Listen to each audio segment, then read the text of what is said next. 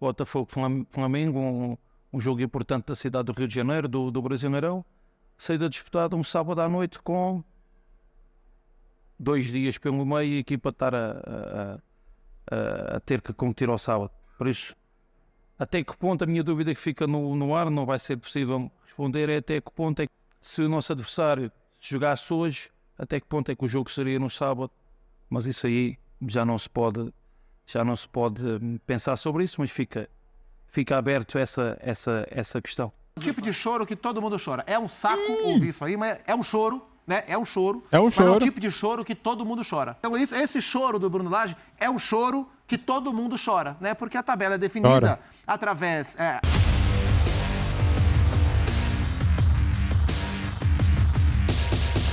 Salve, salve nação! Saudações rubro-negras! Estou de volta, galera. Tirei 3 dias de folga, né? Estava passeando com a família, mas agora estou de volta para trazer para você tudo que a imprensa fala do Mengão.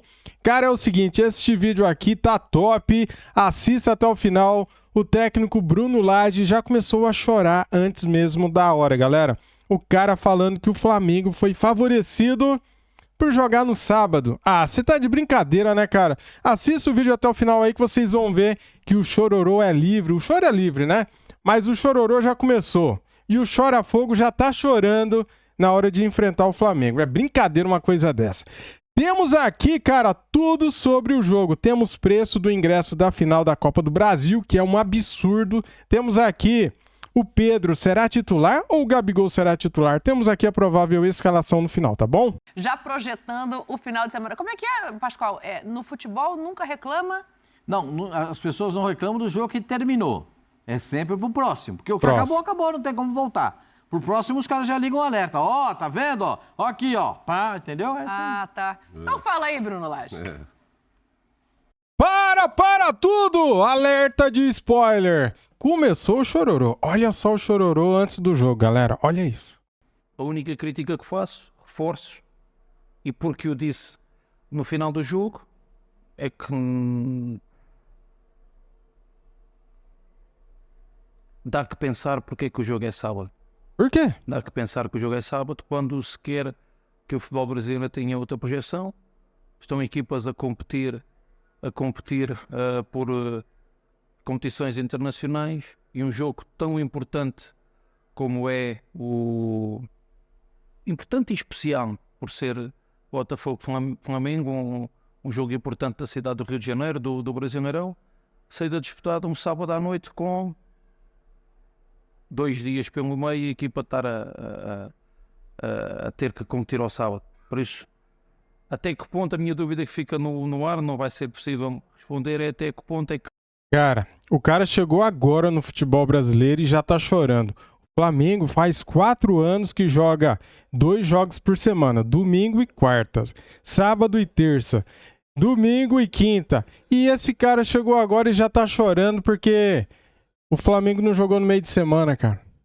Que se o nosso adversário jogasse hoje, até que ponto é que o jogo seria no sábado? Mas isso aí já não se pode pensar sobre isso, mas fica aberto essa questão.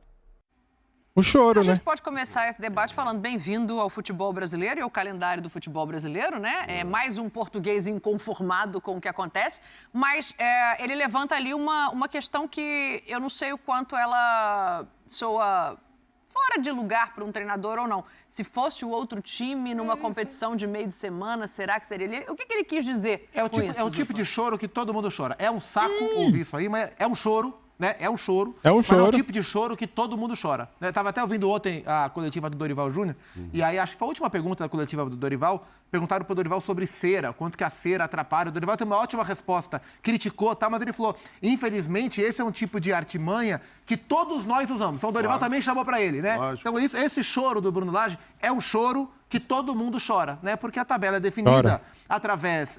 tem duas coisas que interferem na tabela. Primeiro, respeitar o prazo mínimo entre um jogo e outro de cada time. Por isso que o jogo do São Paulo com o Curitiba, que seria domingo, foi adiado devido a questões de segurança em São Paulo, não podia ser no sábado, né? O derby é domingo, o jogo do São Paulo não podia ser sábado, porque o São Paulo jogou na quinta-feira. Então, o tempo mínimo de descanso, né? 3 dias de descanso, é um fator que determina a tabela e os interesses de quem transmite o campeonato corretamente, quem paga tem algum tipo de prioridade, também determina. E o jogo Botafogo e Flamengo é o jogo do sábado à noite. Eu não quero aqui fazer propaganda para a concorrência, mas é um jogo que encaixa na grade da concorrência. E é por isso que o jogo vai ser. Né? Claro. É por isso.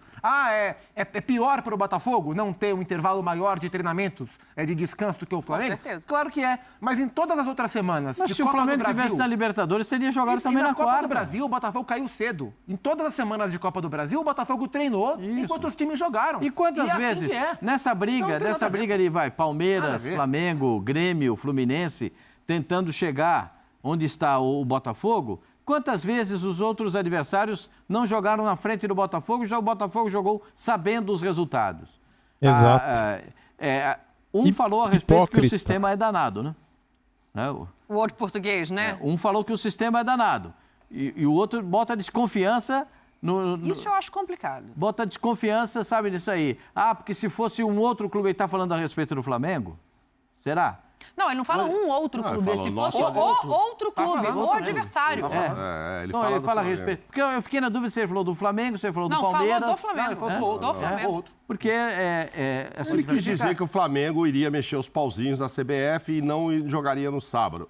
Talvez ele tenha... Cara, quantas vezes o Mengão foi prejudicado, cara, por jogar 2 jogos por semana. Muitas vezes, 3 jogos em 7 dias. O Flamengo jogou assim no ano passado, cara.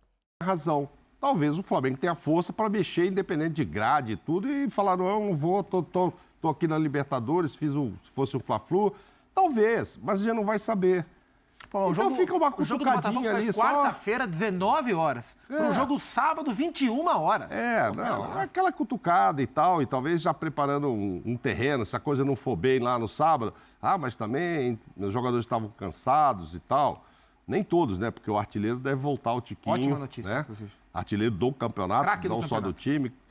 E o Diego Costa tá indo bem também, né? Então, é só notícia boa. Deve voltar o Tiquinho mesmo, e o Diego tá aí também para entrar. Acho que não jogam os dois, Tiquinho puder. Acho que é o Tiquinho e pronto, né? Voltou e pronto. E vai estar bem descansado com uma fome de gol danada.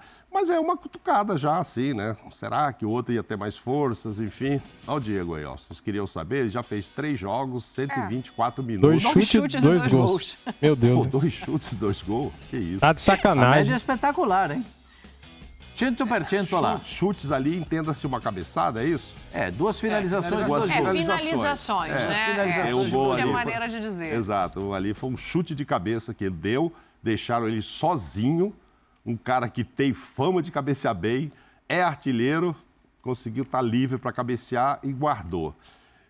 Vai estar lá, eu acredito que no banco, com o retorno do Tiquinho, que eu espero que o Botafogo possa ter o artilheiro de volta. E aí é jogão, mas faz parte, essa chiadeira faz parte. Agora você foi bem naquele negócio, bem-vindo ao futebol brasileiro, esse português, às vezes alguns já estão acostumados, o Bruno talvez não estivesse. E ele está meio chateado, o torcedor está chateado. Acho que, assim, a responsabilidade... É dele pela estratégia errada que ele usou de não colocar o time principal no jogo de ida antes do jogo com o Bahia. Então, assim, ele sabe que vai ter uma pressão se ele não for bem contra o Flamengo também. Não é caso de demissão, etc, nem nada. O São Paulo acho que corre mais risco do que, nesse caso, do que ele. Mas existe uma pressão, né? Eliminado, perdeu o primeiro jogo em casa... Sim, claro. E ficou mexendo os pauzinhos dele lá também. Como assim? Tá mudando o time, testando um monte de coisa. Tá testando um monte de coisa.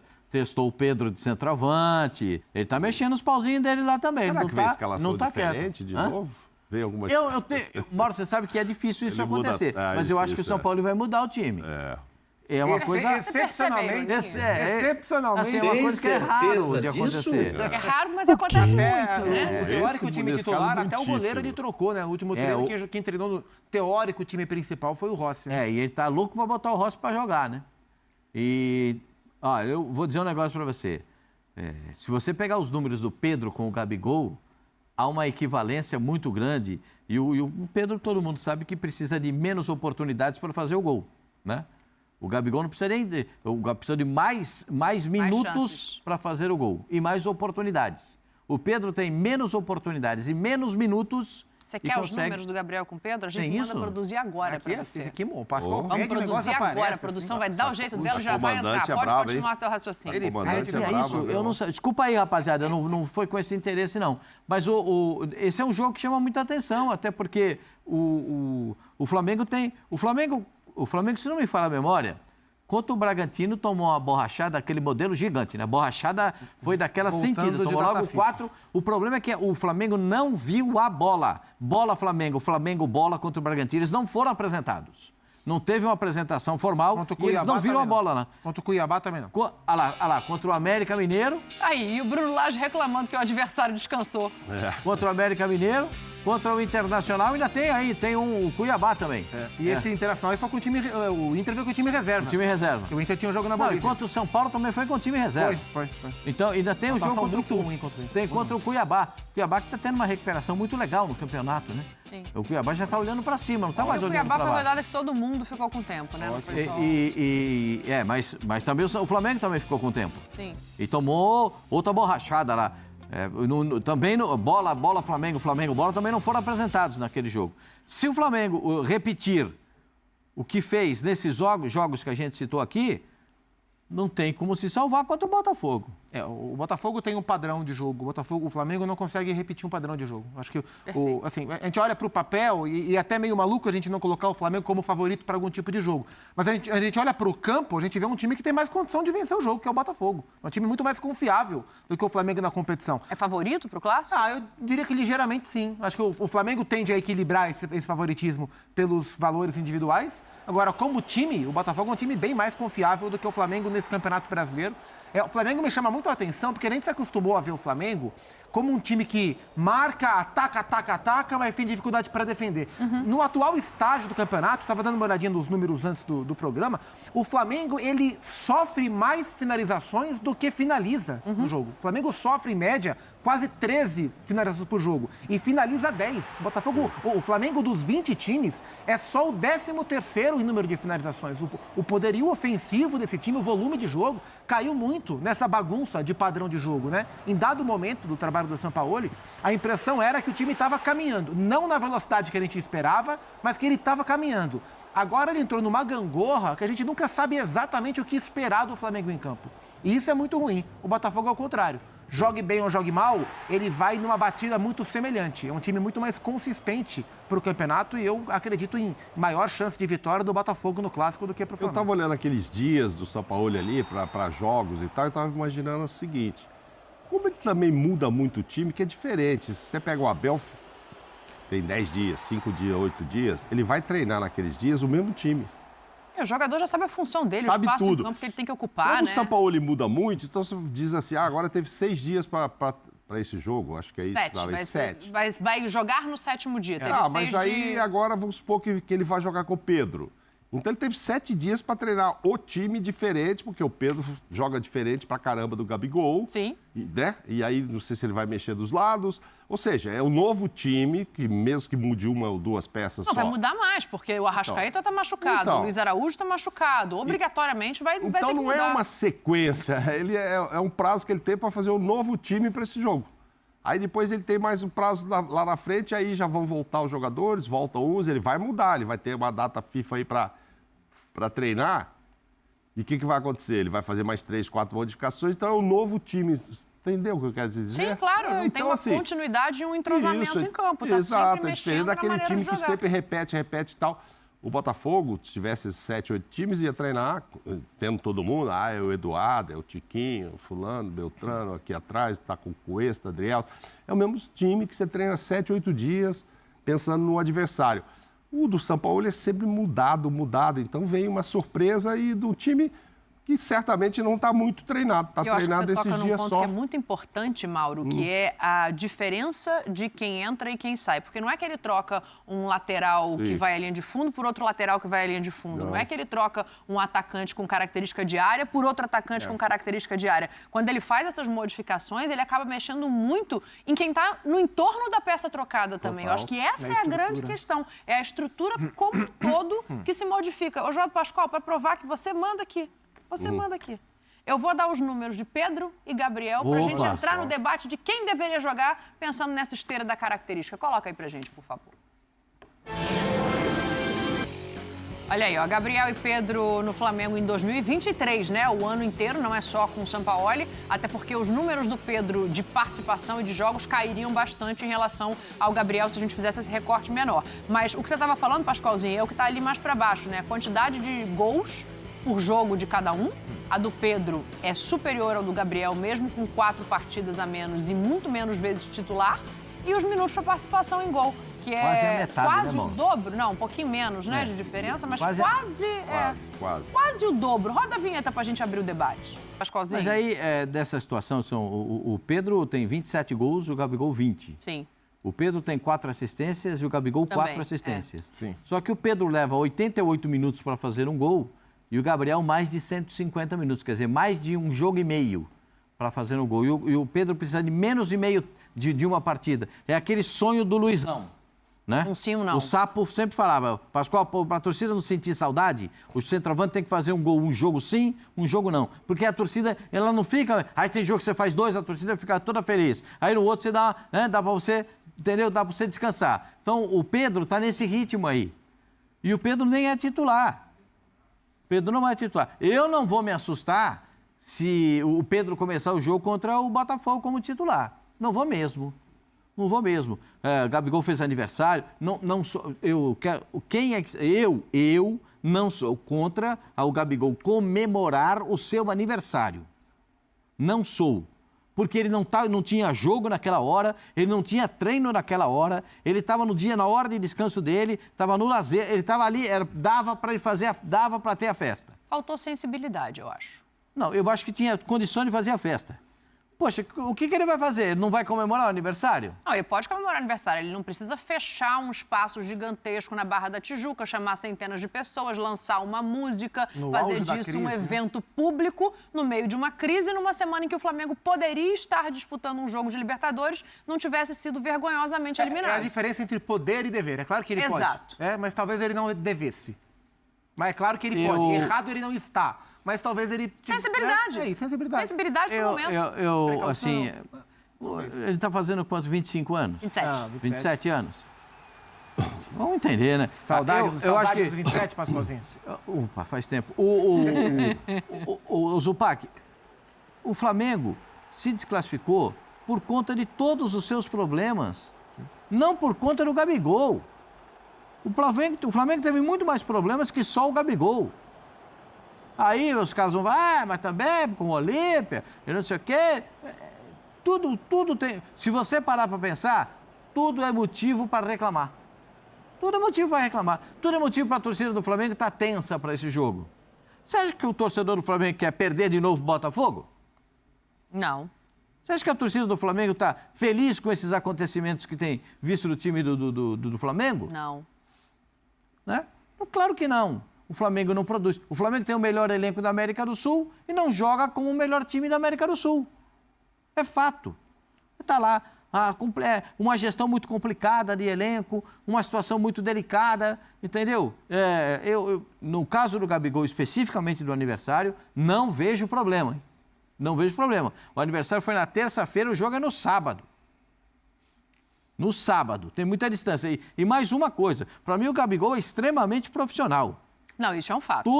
Todos que eu converso, com quem eu falo a respeito do Gabigol, todo mundo fala, cara correto, treina, se dedica e tal, é aplicado. Beleza. Fato. Mas ele foi lá, ele lançou uma música, ele foi cantar uma música. É o Lil Gabi que lançou a música, não foi o Gabigol. O Lil Gabi. Quem que é esse? É o Gabriel quando ele tá cantando não, tudo do bem, trap. é a nova versão, gente, é a nova versão. Tem que, porque daqui a pouco, isso aí vai passar. Isso vai passar. Mais 5 anos, mais 6 anos, isso vai passar. Porque a vida é assim. O Gabriel não é eterno para jogar no Flamengo. Você imaginou se o Zico pudesse jogar eternamente no Flamengo? Que coisa maravilhosa que seria. O Gabriel também não é eterno, vai passar. Porque as pessoas passam e quem fica é o Clube Regatas do Flamengo. É isso que é o melhor. Então eu acho que os caras têm que se dedicar mesmo no jogo contra o Botafogo. Já que eles foram na festa, e eu não acho que tenha nada, já que tem gente pegando no pé a respeito dessa festa, a senhora está querendo essa aí? Então, eu acho que eles têm que arrebentar no jogo com o Botafogo. E aí vai arrebentar o Gabriel ou o Pedro?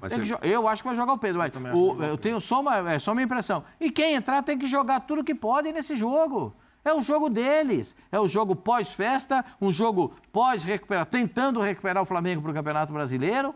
Ah, mas o Flamengo ainda tem uma final de Copa do Brasil. Que bom que tem. Ih, rapaz, mas se o aniversário era do Gabigol, por que estão botando essa pressão em cima do Pedro?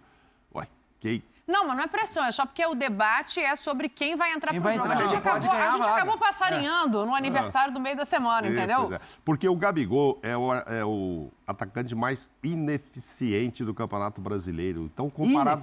Ineficiente. É o que mais precisa de chances para fazer gol, comparados com os outros grandes artilheiros. Então, se comparar ele aí com o Tiquinho, ele vai perder. Com o Paulinho, então, do Atlético, ele perde assim... Sabe? Ele precisa de uma quantidade enorme para fazer um gol. Mas isso faz tempo, só que ele faz. E às vezes ele faz gols decisivos. E como o Flamengo queria tanto, ele faz um, faz dois, exatamente, faz vale 5, 6 e tal. Então, às vezes, ele passa um período que ele finaliza uma quantidade que outro atacante faria 4 ou 5 gols, ele faz só um, com aquela mesma quantidade. Só que ele tem muitas chances, então, mas a gente cansa de ver. Tem uma perna dele que não é tão boa, para quem para quem é o Gabigol. Cabeceio não é o forte.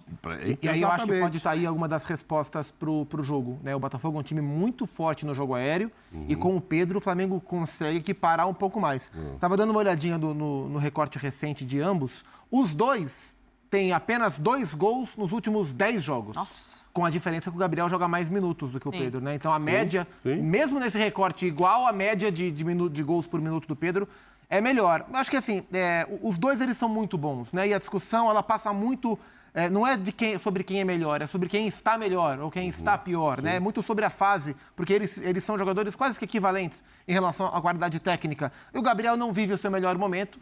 O jogo contra o Botafogo é um jogo muito duro, é um jogo muito físico. O Botafogo é um time muito forte fisicamente. Já ficou, só para você continuar, Zupac, tem o outro lado que é o seguinte, já ficou muito claro que para o jeito do São Paulo jogar, Gabriel encaixa melhor. Ele prefere o Gabriel. Sim. Então, assim, e a gente vai ver talvez Bruno Henrique e Pedro, né? Um ataque que a gente viu talvez menos em grandes jogos, né? Sim, ou era Gabriel e Pedro, ou era Gabriel e Bruno Henrique, né? Então. Tendência que seja Bruno Henrique pela esquerda, o Everton Ribeiro pela direita, e eu imagino o Pedro centralizado. Acho que é válido, né? Não é definitivo, né?